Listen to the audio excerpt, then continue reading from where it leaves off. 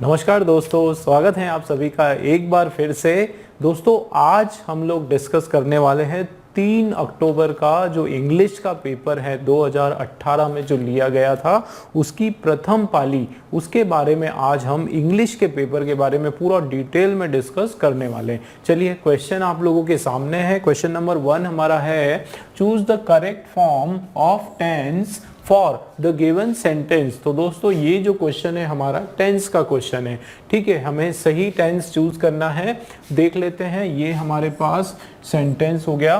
देखो कॉफी की बात हो रही, ठीक है। कॉफी डैश टू अक्वायर, तो टू जो है उसके बाद वर्ब का फर्स्ट फॉर्म, यहाँ कोई प्रॉब्लम नहीं, ठीक है। तो to acquire flavours from its neighbouring plants, ठीक है। तो ये क्या मीनिंग निकल के आ रहा है कि coffee dash to acquire flavours, flavour मतलब अलग अलग जो स्वाद हैं वो कहाँ से अक्वायर करती है। अक्वायर करना मतलब गेन करना, टू टेक है ना, उसको लेना, हासिल करना। फ्रॉम इट्स नेबरिंग प्लांट, जो पड़ोस की जो प्लांट्स है वहां से वो अक्वायर होता है, करती है।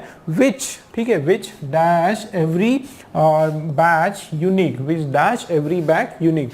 देख लेते हैं, देखो कॉफी की बात हो रही, डैश टू एक्वायर। तो दोस्तों डैश टू एक्वायर, अब देखो नोज है ना, हमारे पास ऑप्शन क्या क्या है। फर्स्ट है हमारे पास नोज हो गया, न्यू हो गया, इज नोन हो गया और वॉज नोन हो गया, ठीक है। तो कॉफी नोज टू एक्वायर, देखो नोज इसलिए नहीं होगा क्योंकि काफी, इसका क्या मतलब निकल के आता है कि कॉफी जानती है, एक्वायर करना, ठीक है। तो यहाँ पे कॉफी जो है वो कोई इंसान तो है नहीं, कॉफी क्या है, मटेरियल है। तो कॉफी जानती है इस तरह की। कॉफी न्यू, कॉफी को पता है टू एक्वायर फ्लेवर, फ्लेवर कैसे एक्वायर करना है, कॉफी को ये बात के बारे में पता है। तो वो इंसानों की तरह तो हम लोग उसको करेंगे नहीं। कॉफी इज नोन, इसका क्या मतलब होता है, जानी जाती है। क्या मतलब होता है, इस काम के लिए, इस बात के लिए या इस चीज के लिए कॉफी को जो है हम जानते हैं या जानी जाती है। तो यहाँ पर ये आपका करेक्ट हो गया। Coffee is known to acquire flavour from its neighbouring plant which, देखो यहाँ पे which makes every batch unique. तो दोस्तों ये जो विच है, विच, ठीक है, ये विच किसके लिए यूज हो रहा है, ध्यान देना। विच जो है ये किसके लिए यूज हो रहा है, अक्वायर फ्लेवर्स, ठीक है, from its neighbouring plant which dash to acquire every batch unique. मतलब यहाँ पे ये जो विच है ये किसकी बात हो रही है, ये हम लोग कॉफी के लिए यूज किया है, ठीक है। विच हमने किसके लिए यूज किया है दोस्तों, कॉफी के लिए यूज किया है। और कॉफी जो है ये क्या है आपका, कॉफी जो है आपका ये सिंगुलर सब्जेक्ट है भाई, सिंगुलर सब्जेक्ट है। और उसके बाद अगर वर्ब आ रहा है तो वो वर्ब जो है वो भी आपका कैसे होगा, वो भी आपका सिंगुलर वर्ब होगा, ठीक है ना। तो सिंगुलर वर्ब इसमें देखो क्या है, मेकिंग सिंगुलर नहीं है। देखो इस तरीके से भी पता कर सकते हो। अगर आप फर्स्ट में कंफ्यूज हो तो सेकंड वाला देख लो, ठीक है, सिंगुलर वर्ब होना चाहिए। हैज, ये देखो, तो इज मेकिंग एवरी बैच नहीं हो रहा है, यहाँ पे सीधा विच के बाद जो है वर्ब, मेन वर्ब का फर्स्ट फॉर्म आएगा, ठीक है, मेन वर्ब का फर्स्ट फॉर्म आने वाला है। तो इज मेकिंग आईएनजी हो गया, हैज मेड नहीं होगा, ठीक है, वॉज मेकिंग नहीं होगा, यहाँ पे मेक्स आपका बराबर है। इसका क्या मतलब है दोस्तों, कि सी वाला जो है हमारा राइट ऑप्शन है, ठीक है। Coffee was known to acquire flavours, पहले जानी जाती थी, ठीक है। अगर मैं इसको देखूं फोर्थ वाले को, तो इसका क्या मतलब निकल के हो रहा है कि कॉफी पहले जानी जाती थी, acquire flavours from its neighbouring plant which was making every batch unique. तो ऐसा नहीं है, कॉफी तो जो है वो सार्वजनिक है, सभी, अभी भी है ना, अब भी इस चीज के लिए जानी जाती है कि आसपास के जो प्लांट्स होते हैं उसका जो स्वाद होता है, फ्लेवर होता है, वो भी कॉफी के अंदर आ जाता है। तो इसका मतलब सी वाला हमारा राइट हो गया, ठीक है। चलिए नेक्स्ट क्वेश्चन देखते हैं। यस, सेकेंड क्वेश्चन आपके सामने है, choose the correct form of model. वापस हमारा आ गया मॉडल ऑक्सिलरी। इसका पूरा डिटेल में मैंने बताया था आप लोगों को जब हमने पहली पाली का जो क्वेश्चन जो देखा था, 4 अप्रैल का जो क्वेश्चन पेपर हमने देखा था उसमें, ठीक है। क्या है देखो, choose the correct form of modal auxiliary verb from the given sentence. देखो सेंटेंस क्या है आप लोगों के सामने, ये हो गया sentence, Jim dash to go, ठीक है, सॉरी टू क्या, Jim dash go to Ireland, ठीक है। तो Jim dash go to Ireland on work, किस काम के लिए, ऑन का work, for a fortnight next week, for a fortnight. अब ध्यान देना क्या मीनिंग हो रहा है कि जिम डैश टू गो, ठीक है, go for Ireland, Ireland on work for a fortnight, मतलब वो बाहर जो है आयरलैंड एक देश है, वहाँ वो जाने वाला है किसके लिए, किसी काम से वो वहाँ पर जाने वाला है for a fortnight next week. अब दोस्तों ये आ गया नेक्स्ट वीक आ गया, मतलब यहाँ पे फ्यूचर टेंस में, भाई कौन से टेंस में हमारा सेंटेंस, भाई नेक्स्ट वीक की बात हो गई, मतलब हमारा जो सेंटेंस है वो किस में हो जाएगा, फ्यूचर टेंस में हो जाएगा। अब हम लोग देख लें तो विल जो है ये हो सकता है, क्यों, क्योंकि विल जो है वो हम यूज करते हैं फ्यूचर टेंस को शो करने के लिए, ठीक है। नीड जो वर्ड है, नीड का मतलब होता है जरूरत होना, नीड का क्या मतलब होता है, जरूरत के सेंस से यूज हो रहा है। तो यहाँ पे जिम नीड गो, नीड नहीं होता यहाँ पे, नीड टू अगर होता तो हम लोग और मान के चलते, बट नीड टू नहीं है। ऑट के साथ, जैसे कि मैंने फर्स्ट पेपर में बताया था, ऑट के साथ टू लगाओ वरना ऑड नहीं यूज होगा, ठीक है। तो ऑट टू गो नहीं है वहाँ पे, ऑट गो नहीं है, गलत हो जाएगा।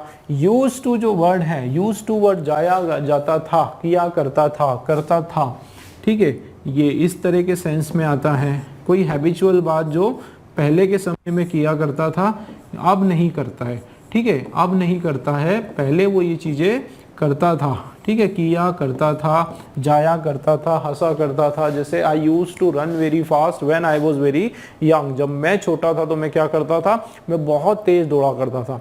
आई use to like maths in my school, कि अब इन माई स्कूल टाइम, तो मैं क्या करता था कि मैं मैथ्स को मेरे स्कूल के टाइम में पसंद किया करता था, मतलब अब नहीं करता हूँ, मैं स्कूल टाइम में भी पसंद किया करता था। तो जब पुरानी कोई आदत को दर्शाना हो, बताना हो, तो हम लोग यूज टू लगाते हैं। अब यहाँ पे तो आप देखो कि पुरानी किसी आदत की बात नहीं हो रही है, यहाँ पे तो क्या बात हो रही है कि नेक्स्ट वीक जो है जिम विल गो, क्या हो जाएगा यहाँ पे आपका विल जो है वो राइट आंसर हो जाएगा। Jim will go to Ireland on work for the fortnight next week, ठीक है दोस्तों, क्लियर है, इजी क्वेश्चन है हमारा ये भी, तो ए वाला हमारा राइट है। लेट्स सी नेक्स्ट क्वेश्चन, तीसरा देखते हैं।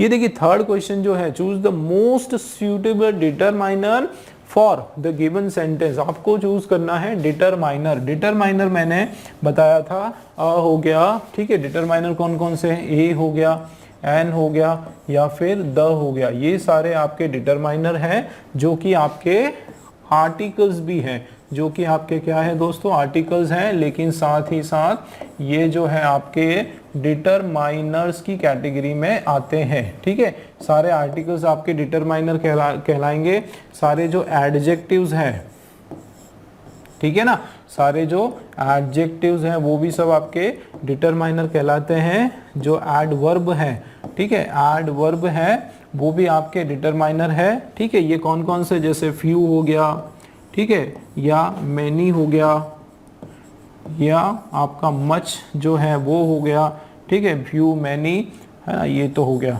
ये हमारा मच हो गया, ठीक है, एनी हो गया, सम हो गया, सम आपका जो वर्ड है वो, या फिर एनी जो आपका वर्ड है वो, ये सारे तो टू, इनफ, थ्री, जितने भी नंबर, जितने भी न्यूमरल्स हो गए वो सारे भी आपके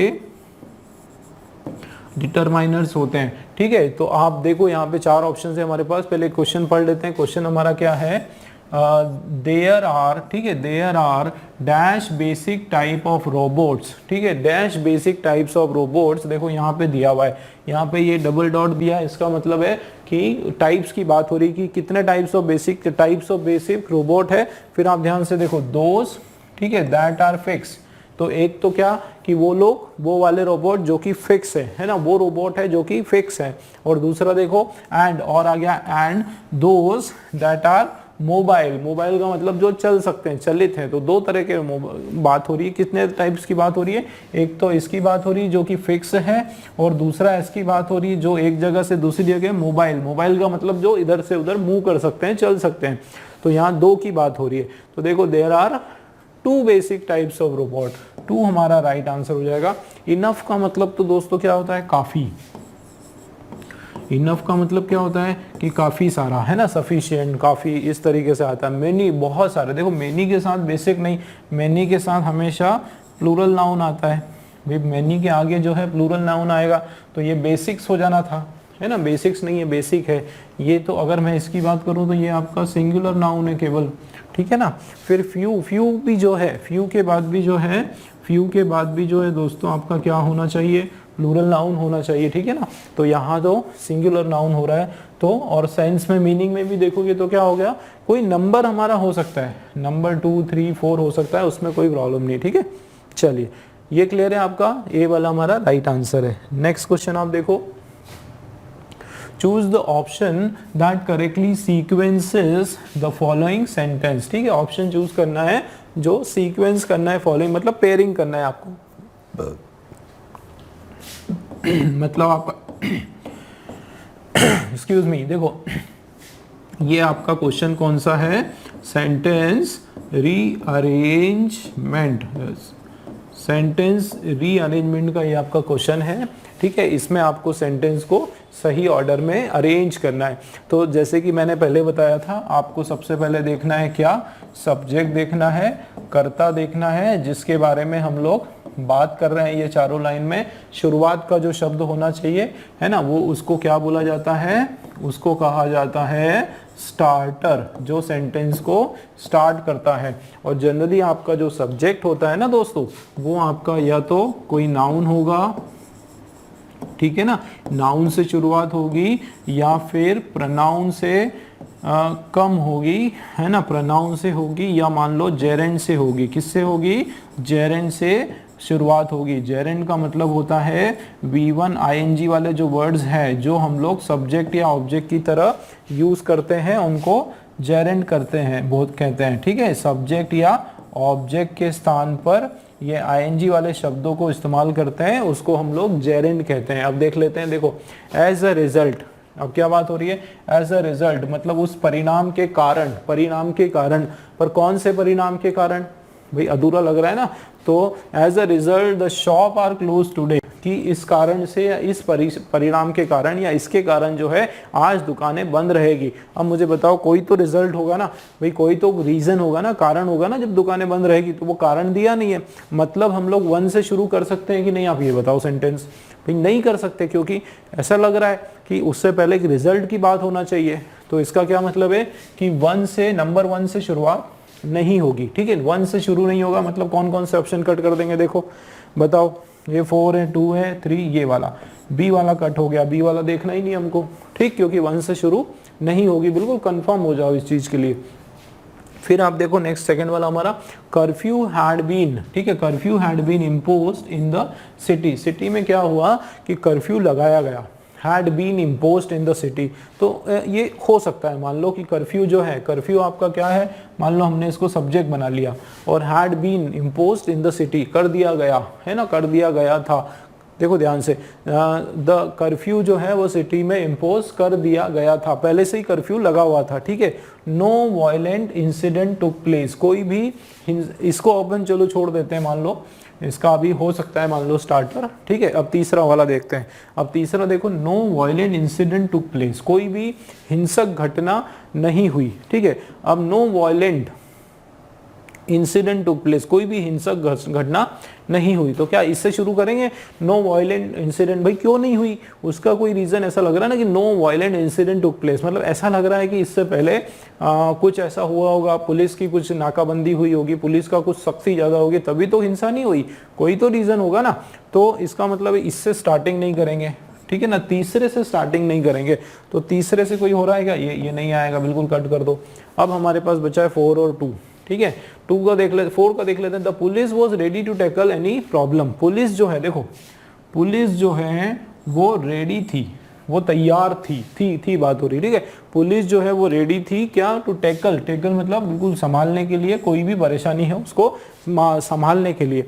अब देखते हैं ये वाला हम लोग देखते हैं। देखो 4 के बाद 1 जम रहा है क्या, देखो 4 वाला है हमारा, the police was ready to tackle any problem. मान लो पुलिस जो है वो तैयार थी इसकी कोई भी परेशानी को हैंडल करने के लिए, टैकल करने के लिए। फिर 1 वाला देखो, as a result the shops are close today, police जो है ready to tackle any problem, कोई भी परेशानी टैकल करने के लिए पुलिस रेडी थी, और जिसके कारण क्या हुआ, देखो जिसके कारण क्या हुआ, ध्यान देना, एज अ रिजल्ट, मतलब पुलिस जो है रेडी थी कोई परेशानी को टैकल करने के लिए, और उसके कारण क्या हुआ कि शॉप्स आर क्लोज टू गए, और उसके कारण दुकानें बंद है। मतलब एक फर्स्ट में क्या आ रहा है कि पुलिस रेडी थी कोई भी परेशानी को हैंडल करने के लिए, और दूसरा क्या आ रहा है कि इसके कारण एज अ रिजल्ट, ये मतलब पुलिस रेडी हो गई थी, इसके कारण सारी दुकानें बंद रही। ऐसा नहीं होगा, उल्टा हो गया, मतलब इसके स्टार्टिंग नहीं होगी, मतलब हमारा जो है सी वाला राइट आंसर है। अब हम देख लेते हैं कैसे। तो देखो 2 पहले आएगा, the curfew had been impose in the city. City में क्या हुआ भैया कि कर्फ्यू लगा दिया गया था, पहले से ही लगा दिया गया था, अभी भी लगा हुआ है। और फिर देखो एज अ रिजल्ट, देखो कर्फ्यू लगा दिया था, कर्फ्यू पहले ही लगा दिया था, एज अ रिजल्ट जिसके कारण क्या हुआ कि सारी जो दुकान है वो आज क्लोज है। भाई कर्फ्यू की घोषणा हो गई थी, उसके कारण जो दुकान है वो सब क्या है, सारी क्लोज है। तो सही, ये देखो 2 और 1 की कॉम्बिनेशन एकदम बराबर परफेक्ट, कोई दिक्कत नहीं। फिर देखो थर्ड वाला, no violent incident took place. और अब देखो क्या हुआ कि कर्फ्यू लगा दिया तो कोई भी हिंसक जो घटनाएं हैं वो नहीं हुई, तो ये भी ठीक है। फिर आप देखो police was ready to tackle, और अगर घटना होती भी है तो पुलिस रेडी थी वहां पे टू टेकल एनी प्रॉब्लम, कोई भी परेशानी उसको टेकल करने के लिए पुलिस रेडी थी। मतलब ये आपका बिल्कुल सही है ना, सी वाला हमारा राइट आंसर है। ठीक है दोस्तों, क्लियर है किस तरीके से अपन समझ रहे हैं पूरा डिटेल में, पूरा ट्रिक के साथ। चलिए देखो नेक्स्ट क्वेश्चन, आप choose the option that best transforms the given sentence into 1। ये आपके 2 सेंटेंस है, ठीक है, ये आपके 2 सेंटेंस हैं, हमको इस तरीके से इनको ज्वाइन करना है, या सही आंसर देखना है जिसमें ना मीनिंग भी ना चेंज हो। मीनिंग सबसे मेन चीज पता है दोस्तों, उसको हिंदी करा करो आप, क्योंकि आप ये देखा करो कि आपको सही लग रहा है लेकिन क्या उसका मीनिंग तो नहीं बदल रहा है ना, मीनिंग तो चेंज नहीं हो रहा है, ये आपको ध्यान देना पड़ेगा। तो आप देखो सेंटेंस क्या है हमारा, देखो ही इज वेरी रिच, वो बहुत अमीर है, ध्यान देना जरा, वो बहुत अमीर है, ठीक है। अब एक काम करते हैं हम लोग, मान के चलते रिच होना, अमीर होना, ठीक है, ये आपकी एक पॉजिटिव क्वालिटी है। क्या है ये, पॉजिटिव क्वालिटी, मतलब वो इतना अमीर होने के अमीर है। दूसरा देखो आप, he leads a very simple life, उसके बाद भी वो कैसा जीवन जीता है, वो एक साधारण जीवन जीता है, साधारण जैसे गरीबों जैसा जीवन वो जीता है। तो अपन मान लेते हैं कि ये एक नेगेटिव है ना, मान लेते हैं अपन एक इसके हिसाब से। देखो रिच, एक तो अमीर आदमी जो है, देखा जाए तो अमीर आदमी तो बहुत अच्छी लेविश लाइफ जीना चाहिए, लेकिन वो कैसी जिंदगी जीता है, सिंपल, मतलब 2 कॉन्ट्राडिक्शन हो रहा है। अब हम लोग देखते हैं, तो अगर आप खुद ही इसको जोड़ने जाओगे तो कैसे जोड़ोगे, he is very rich, he leads a simple life. देखो वो इतना अमीर है, उसके बावजूद भी, उसके बाद भी वो एकदम सरल लाइफ जीता है। तो बावजूद आ जाएगा, बाद आ जाएगा, फिर भी आ जाएगा, है ना, ये सेंस आंसर क्या आ सकता है, ये उसके बावजूद आ जाएगा। क्या ये हो गया आपका इरेजर, ठीक है ना, ये आपके बावजूद, उसके बावजूद आ जाएगा, ठीक है, या फिर उसके बाद भी करके आ जाएगा, है ना, या फिर भी, या हालांकि, ठीक है, ये सेंस भी आ जाएगा आपका।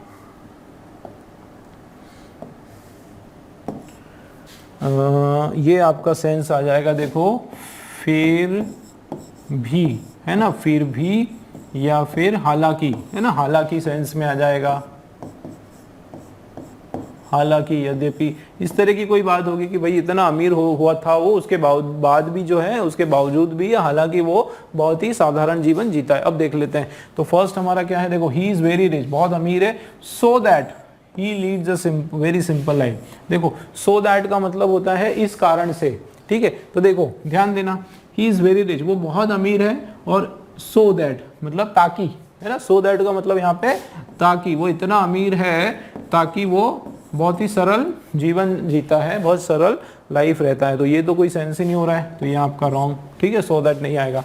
आगे देखो, as he is very rich, है ना, एज का मतलब है यहाँ पे चूंकि, बोलते हैं ना, चूंकि वो बहुत अमीर है, ठीक है, चूंकि वो बहुत अमीर है, बट, लेकिन, है ना, बट क्या हो गया यहाँ पे सेंस, लेकिन, चूंकि वो बहुत अमीर है ना, लेकिन leads a very simple life. तो as he is very rich, है ना, एज ही इज वेरी, क्योंकि जैसे कि वो बहुत अमीर है लेकिन वो रहता बहुत बड़ी सिंपल लाइफ है। तो अगर केवल ये होता कि ही is very rich but Leeds a simple life तो ठीक था, तो हम मान लेते, बट ये जो एज आ गया ना, इसने मामला गड़बड़ कर दिया, है ना, क्योंकि बट का तो मैंने आपको यही सिखाया था, बट का तो सर ने मैंने आपको यही सिखाया था कि बट के लिए यहाँ पॉजिटिव तो यहाँ पर नेगेटिव, है ना, लेकिन ये एज वाला मामला आ गया ना, एज और बट का, इसलिए थोड़ा सा चूंकि लेकिन आ गया, वो अलग हो गया, तो ये आपका बी वाला भी रॉन्ग है।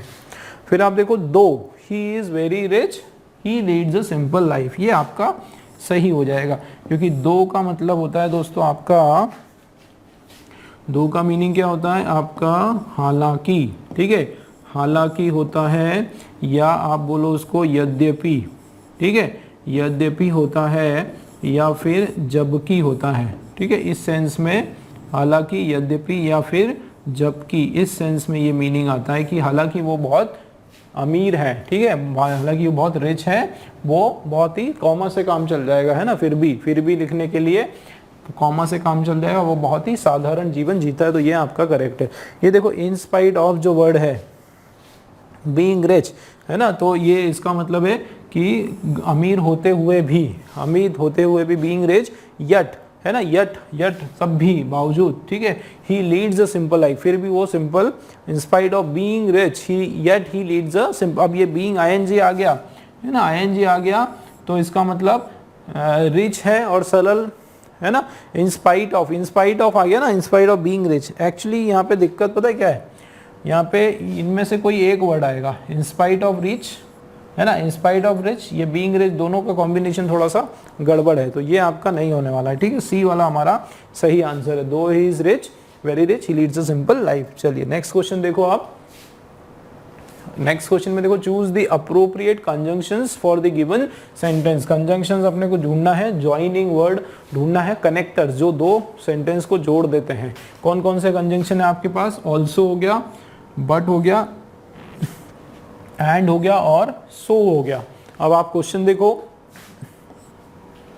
ठीक है, यहां देखो मदर डैश आई देखो mother dash I generally go, है ना, go to the market in the evening to buy vegetables. तो मदर डैश, ठीक है, मदर डैश आई, तो एक तो मदर है, ठीक है, मम्मी माता जी की बात हो रही है, और दूसरा आई उसकी खुद की बात हो रही है, ठीक है। जनरली मतलब लगातार, कई बार, अक्सर जाते हैं, कहाँ जाते हैं, टू द मार्केट जाते हैं, शाम के टाइम पे सब्जियां खरीदने। अब आप देखो कि मदर ऑल्सो आई, तो मदर ऑल्सो आए, तो मदर भी में ऑल्सो मतलब क्या होता है, भी के सेंस में, तो ये तो आपका होगा नहीं, ठीक है। यहाँ क्या हो रहा है, कनेक्ट करने का काम हो रहा है, तो अलग ही दिख रहा है हमको। मदर देखो बट आए, मदर लेकिन में अक्सर जाते हैं, तो ऐसा तो होगा नहीं। मदर इसलिए मैं, सो, है ना, मदर तो मैं, वो भी नहीं, तो एंड की बात हो रही, कनेक्ट कर रहा है यहाँ पे, क्या हो गया, मदर मेरी माताजी, और मैं जो है अक्सर हम लोग बाजार जाते हैं, क्यों जाते हैं, शाम के समय सब्जियां खरीदने। तो यहाँ पे ये भी इजी है दोस्तों, है ना, एंड वाला आपका करेक्ट हो जाएगा। चलिए नेक्स्ट क्वेश्चन देखो, 7th वाला क्वेश्चन है, देखो ये choose the word that is opposite in meaning, इसका अपोजिट ढूंढना। अब यहाँ बच्चे ना गड़बड़ नहीं करना, बहुत सारे लोग पर्यायवाची को सही करके आ जाते हैं, है ना, उसका समानार्थी शब्द सही नहीं करना है, उसका विपरीतार्थी शब्द सही करना है, उसका, है ना, विपरीत शब्द अपने को ढूंढना है, ठीक है। सेम मतलब निकल रहा है तो वो गलत हो जाएगा, उसका उल्टा निकलना चाहिए, जो है ना उसका सीधा उल्टा। जैसे ये हमारा लिखा हुआ है, आप देखो फीट एंड इंचेस, ठीक है, ये feet and inches are obsolete, तो ये इसकी बात हो रही है, ठीक है। मैं आपको बता देता हूँ कौन से वर्ड अंडरलाइन है। ये जो वर्ड है आपका, ठीक है ना, ये आपका अंडरलाइन वर्ड है। अब आप देखो, तो feet and inches are obsolete as units of measurement in Europe. देखो पहले तो ये फीट, जो 1 फीट इंच वगैरह जो रहती है ना, ये ऑब्सोल्यूट का मतलब होता है बंद हो जाना, है ना, खत्म हो जाएगी, मतलब उसकी जो है उसकी धारणा ही नहीं है, मतलब वो चीज़ बिल्कुल चलन में नहीं है, चलन में ना होना, ठीक है। ऑब्सोलीट मतलब बंद हो जाना, एक तरह से बंद हो जाना, है ना, वो चीज बंद हो जाना चाहिए, बिल्कुल ना के बराबर हो जाना, बिल्कुल ना के बराबर हो जाना as units of measurement. Europe में जो है ये दो चीजों को मेजरमेंट के हिसाब से या यूनिट के हिसाब से अब जो है तरजीह नहीं दी जाती, माना नहीं जाता है ना, ये दोनों ऑब्सोलीट हो गई, बिल्कुल खत्म हो गई एक तरह से। अब देखो, तो एक है हमारा क्या, यूजलेस, तो ऑब्सोलीट बंद हो जाना और किसी काम की ना होना, तो ये तो उसका क्या हो गया, पर्यायवाची हो गया, है ना। ये ऑब्सोलीट बंद हो जाना मतलब क्या, किसी भी काम में ना रहना, तो ये तो उसका पर्यायवाची हो गया। कंडक्टिव, कंडक्ट करना मतलब इन दोनों को यूज में होना, हम इनको यूज में करते हैं, कंडक्ट करते हैं, है ना। और दूसरा आउटडेटेड मतलब वो भी एक तरह से बंद हो जाना, पुरानी, आउटस्किल हो जाना, है ना। और ये है ट्रेंडी, ट्रेंडी का मतलब ट्रेंड में है, चलन में है, तो ये चलन में ना होना, इसका एग्जैक्ट मीनिंग है चलन में ना होना, ठीक है। इसका मतलब है चलन में ना होना, ठीक है, चलन में ना होना। और ये जो मीनिंग आ रहा है क्या, ट्रेंडी मतलब चलन में होना, तो ये आपका सही आंसर हो गया, ठीक है। ट्रेंडी का मतलब होता है ये चलन में होना, कोई चीज लगातार मार्केट में होना, डिमांड में होना, उसकी बहुत चलन हो, ट्रेंड हो। ट्रेंड बोलते हैं ना, अलग अलग टाइम पे कपड़ों का ट्रेंड अलग अलग रहता है ना। कभी वेल बॉटम का ट्रेंड होता है, कभी जीन्स का ट्रेंड होता है, कभी टी शर्ट्स का होता है, तो ये भी ऐसा ट्रेंडी है, मतलब वो अब इसका अपोजिट, ऑब्सोलीट का अपोजिट क्या हो गया, ट्रेंडी हो गया। चलिए नेक्स्ट क्वेश्चन देखो, 8th वाला question, choose the appropriate prepositions, है ना। इसमें हमको जो संबंध सूचक जो शब्द है वो ढूंढना है ना, preposition for the given sentence. अब देखो क्या है हमारा सेंटेंस, एंगर एंड कंफ्यूजन, ये दो चीजों का नाम है। एक तो एंगर मतलब गुस्सा, और दूसरा कंफ्यूजन, है ना, दिमाग में बिल्कुल कंफ्यूज हो जाना, क्या करना क्या नहीं करना। रिपल्ड, है ना, repelled dash the old beggar, repelled dash the old beggar as he looked dash the eyes of the policeman, है ना। तो रिपल्ड जो है, तो देखो रिपल्ड का मतलब उसको कंफ्यूजन, रिपल्ड मतलब पूरी तरह से उसको, जो भिखारी को पूरी चूर करके रख दिया, उसको बिल्कुल थका के रख दिया, निचोड़ के रख दिया, है ना, उसको इस तरीके से करके रख दिया। तो एंगर एंड कंफ्यूजन जो है, rippled dash, rippled across, across का मतलब होता है के पार, है ना। अक्रॉस का जो मतलब है वो होता है के पार। जनरली अक्रॉस हम लोग कब यूज करते हैं, किसी एक चीज के पार जब हम बात करें, जैसे ये आपका नदी है, ठीक है, यहाँ पे ये ब्रिज है और यहाँ पे एक पर्सन खड़ा है, ठीक है, एक उसका घर जो है ये यहाँ पर है, ठीक है, उसका घर जो है ये यहाँ पर है ना। तो कैसे बोलोगे, his house is across the river, उसका जो घर है वो कहाँ पर है, उसके पार है। किसके पार है, नदी के पार है, तो ये अक्रॉस द रिवर की बात हो रही है। तो अक्रॉस मतलब के पार। एट का मतलब है एकदम पर, तो एट जो है हम लोग यूज किसके लिए करते हैं, एक तो टाइम के लिए, समय बताने के लिए यूज करते हैं, और एक जगह बताने के लिए, प्लेस बताने के लिए इस्तेमाल किया जाता है, ठीक है। टाइम और प्लेस के सेंस में हम लोग इसको यूज करते हैं। तो अब देख लो, anger and confusion, rippled across the old beggar, उसके पार आ गया। As he looked at the eyes of policeman, जब जैसे ही उसने पुलिसमैन की आंखों पर देखा, आंखों पर देखा, तो ये पर तो नहीं आ रहा, लुक्ड एट, है ना। तो लुक्ड, दूसरा क्या है हमारा, दूसरा देख लेते हैं। तो anger and confusion rippled by the old beggar, rippled by the old beggar, rippled के द्वारा, है ना, रिपल किया गया, बेगर के द्वारा रिपल्ड किया गया। As he looked for the eyes of, वो उसने क्या देखा, ये पुलिस की आईज के लिए देखा, लुक्ड फॉर मतलब आई, पुलिस की जो आंखें है ना उसको देखा, उसको ढूंढा। लुक्ड फॉर का मतलब होता है आंखों को ढूंढना। जैसे I am looking for a new house, तो मैं एक नए घर की तलाश में हूं, तो उसने क्या करा कि यहाँ पे फॉर अगर मैं लगाऊंगा लुक फॉर, देखो ये जो वर्ड मैं बोलूंगा लुक फॉर, ठीक है, लुक के साथ अगर मैं फॉर लगाता हूँ तो इसका मतलब होता है तलाश करना। क्या मतलब होता है, तलाश करना। तो अब मुझे बताओ कि ये यहाँ पे तलाश करने की बात हो रही है क्या, उसकी आंखों, पुलिस वालों की जो आंखें हैं, जैसे उसने पुलिस वालों के आंखों में, आंखों की तलाश करने की बात तो हो नहीं रही है ना। एज ही लुक्ड, अगर फ्रॉम, तो फ्रॉम मतलब लुक्ड से, कहाँ से देखा उसने, देखो लुक्ड फ्रॉम,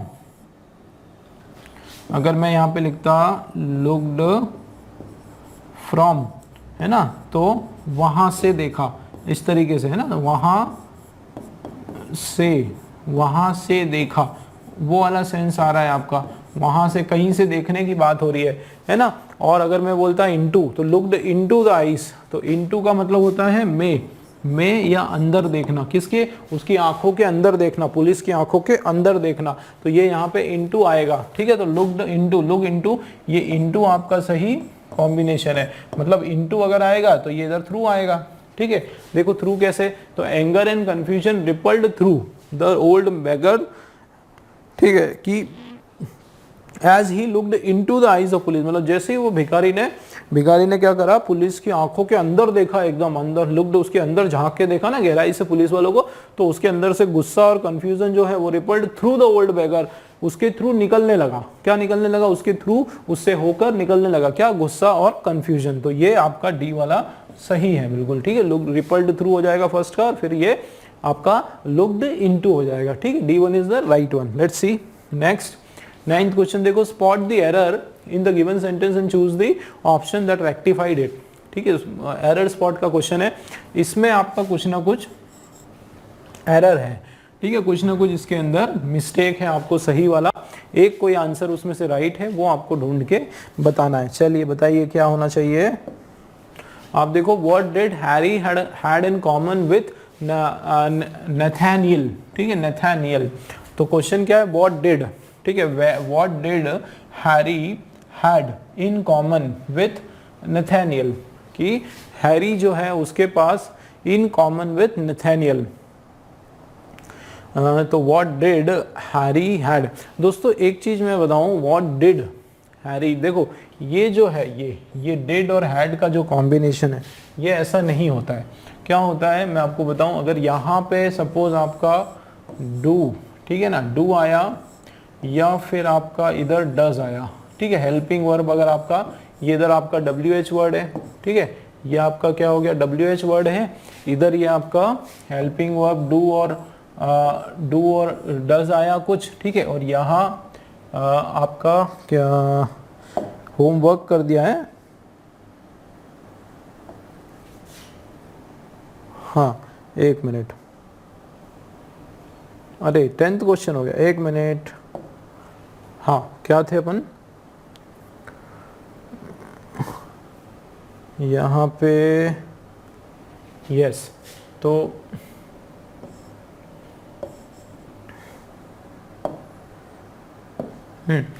ये देखो, हम लोग हेल्पिंग वर्ब की अगर हम बात करें तो या तो डू था या फिर यहाँ पे डू डज आता है, ठीक है। और यहीं पे अगर मैं मेन वर्ब लगाऊंगा, ठीक है ना, मेन वर्ब लगाऊंगा, तो यहाँ पे आपका मेन वर्ब हमेशा वर्ब का फर्स्ट फॉर्म होगा, हमेशा वर्ब का फर्स्ट फॉर्म होगा, ठीक है। अगर मैं इसी की बात करूं, ठीक है, इसी की बात करूं, तो अगर डू डज लगाया तो यहाँ पे ये या तो हैज होगा, ठीक है ना, नहीं हमेशा है होता है, ठीक है, मतलब डू डज आपने आया, इधर डू डज आया हेल्पिंग वर्ब, फिर यहाँ पे मेन वर्ब आपका है हो जाएगा। अगर आप यहाँ पे डू लोगे, ध्यान देना, यहाँ पे डू लोगे तो भी मेन वर्ब आपका हमेशा हैव रहेगा, यहाँ पे डज आएगा उसके बाद भी मेन वर्ब आपका हमेशा हैव रहेगा, ठीक है ना, याद रखना। और यहाँ अगर आपने डिड लगाया तो भी ये आपका जो है ये हैव ही रहने वाला है, ये याद रखना, ठीक है।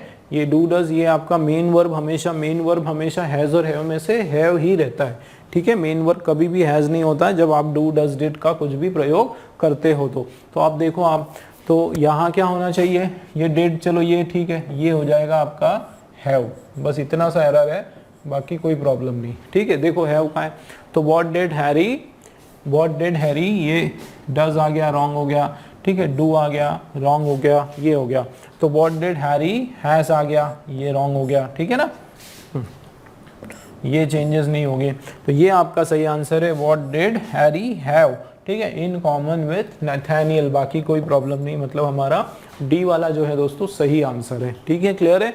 चलिए नेक्स्ट क्वेश्चन आप देखो, choose the appropriate option that rewrites the given sentence in active passive का वापस क्वेश्चन आ गया। देखो सबसे पहले क्या करो, इसमें आप ये देख लो कि इसका क्या फॉर्मूला का स्ट्रक्चर है, ठीक है, उसके हिसाब से फिर हम लोग क्या करेंगे, उसका पैसिव बना लेंगे। तो आप देखो एक्टिव में क्या है, देखो यहाँ पे बात हो रही है द ओल्ड वुमेन्स अम्ब्रेला, यहाँ से लेके यहाँ तक, ठीक है। ये जो है द ओल्ड वुमेन्स अम्ब्रेला, ये आपका पता है क्या, ये है आपका सब्जेक्ट, ये क्या है आपका सब्जेक्ट है। फिर ये जो वॉस शब्द है ये आपका हेल्पिंग वर्ब है या ऑक्सिलरी वर्ब है ना, इसको आप ऑक्सिलरी वर्ब भी बोल दो, एक ही बात है, ऑक्सिलरी वर्ब है, ठीक है। फिर ये स्टोलन जो है ये आपका वर्ब का थर्ड फॉर्म है। कौन सा फॉर्म है दोस्तों, वर्ब का थर्ड फॉर्म है। फिर ये बाय तो लगता ही है, ठीक है, बाय लगा, और ये आपका जो है बाय के बाद जो भी वर्ड आया आपका वो आपका लगता है सब द ओल्ड वुमेन बाय, अच्छा उल्टा हो गया ना, इधर आपका ऑब्जेक्ट आ जाएगा, ये जो है ना ये आपका ऑब्जेक्ट है, क्योंकि हम लोग पैसिव का, ये कौन सा फॉर्म है, अच्छा एक्टिव में कन्वर्ट करना है, मतलब ये पैसिव का आपका वर्ड है। कौन सा वर्ड है ये पैसिव का सेंटेंस है, ये जो है ना ये आपका पैसिव वॉइस में है आपका सेंटेंस, ठीक है ना। तो इसको हमको एक्टिव वॉइस में करना है, तो जाहिर सी बात है पैसिव में ऑब्जेक्ट जो है वो आपका शुरू में आता है, ठीक है, ये समझ में आया। चलो मैं लिख देता हूँ, देखो पैसिव में हमारा क्या होता है, पैसिव में आपका सबसे पहले ऑब्जेक्ट, ठीक है, फिर आपका हेल्पिंग वर्ब, फिर आपका मेन वर्ब हो गया, उसके बाद अच्छा मेन वर्ब का थर्ड वाला फॉर्म हो गया, उसके बाद जो है आपका बाय, और उसके बाद जो है आपका सब्जेक्ट हो गया।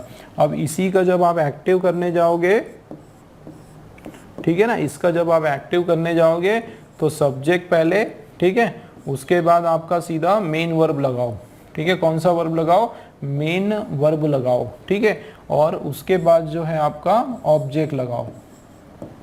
अब ये जो मेन वर्ब है ये किस पे डिपेंड करेगा, इस हेल्पिंग वर्ब पे। अगर ये सिंगुलर हुआ तो ये भी सिंगुलर, ये प्लूरल हुआ तो ये भी प्लूरल। तो देख लेते हैं, तो देखो अभी हम कन्वर्ट कर लेते हैं पहले, ठीक है। तो मुझे बताओ, देखो अब क्या कर दिया हमने, ऑब्जेक्ट हो गया, हेल्पिंग वर्ब हो गया, ये हो गया मेन वर्ब का थर्ड फॉर्म, और ये आपका जो है अपना क्या हो गया, ये सब्जेक्ट हो गया। अब देखो कैसे करेंगे, तो पहले आप सब्जेक्ट लिख दो, ठीक है, तो ये हो गया आपका द सब्जेक्ट क्या, द थीफ, ठीक है, क्या हो गया आपका ये यहाँ पे द थीफ, ठीक है, द थीफ हमारा सब्जेक्ट हो गया। उसके बाद हमारा क्या लगने वाला है, मेन वर्ब। तो आप देखो मेन वर्ब इसके हिसाब से ये आपका पास्ट टेंस है ना, ये आपका जो है क्या हो गया आपका प्लूरल, ये पास्ट टेंस हो गया है ना, ये कौन सा हो गया, वॉज है। तो इधर हमारा जो वर्ब था ये मेन वर्ब, ये थर्ड फॉर्म स्टोल है, तो इसके V1 V2 V3 अगर आप देखोगे, ये देखो V1 V2 और V3, ठीक है ना। तो V1 इसका होता है स्टील, STEAL, स्टील होता है, ये होता है V2 होता है इसका स्टोल होता है, और V3 जो है इसका हो जाएगा स्टोलन, है ना, स्टोलन हो जाएगा। हमको चाहिए V2 चाहिए, तो ये क्या हो जाएगा, द थीफ स्टोल हो गया आपका, STOLE स्टोल। और क्या चुराया उसने, द ओल्ड वुमेन्स अम्ब्रेला, ये हो गया आपका द ओल्ड वुमेन्स, ठीक है ना, ओल्ड वुमेन्स अम्ब्रेला, ये हो गया आपका द ओल्ड वुमेन्स। कहाँ गया, तो द थीफ, ये रहा आपका सही आंसर, ठीक है, stole the old women's umbrella, ये आपका राइट आंसर है, ठीक है। देखो ये द ओल्ड वुमेन हैड, बिल्कुल आपको बिल्कुल एक्टिव पैसिव करते टाइम तो दोस्तों स्ट्रक्चर याद रखना बहुत ज़रूरी है ना, उसके बिना एक्टिव पैसिव नहीं कर पाओगे, बहुत कंफ्यूज हो जाओगे। आपको बिल्कुल फॉर्मूलेज इसके याद होना चाहिए, ठीक है। ये देखो, तो आपका सब्जेक्ट आपका क्या है, द थीफ, मतलब शुरुआत हमेशा द थीफ से ही आना है। तो द थीफ यहाँ पे कितने हैं, ये एक द थीफ है, उसके बाद ये वाला द थीफ है, ठीक है। द थीफ के बाद जो है एक चीज़ याद रखो कि हमेशा मेन वर्ब आना है, क्या आना है, हमेशा मेन वर्ब आना है। तो ये देखो ये हो गया आपका हेल्पिंग वर्ब, ये हो गया आपका मेन वर्ब, ठीक है। तो ये तो आएगा नहीं, है ना, मतलब आपका केवल बी बचा है, बी हमारा राइट है, ठीक है दोस्तों, क्लियर है।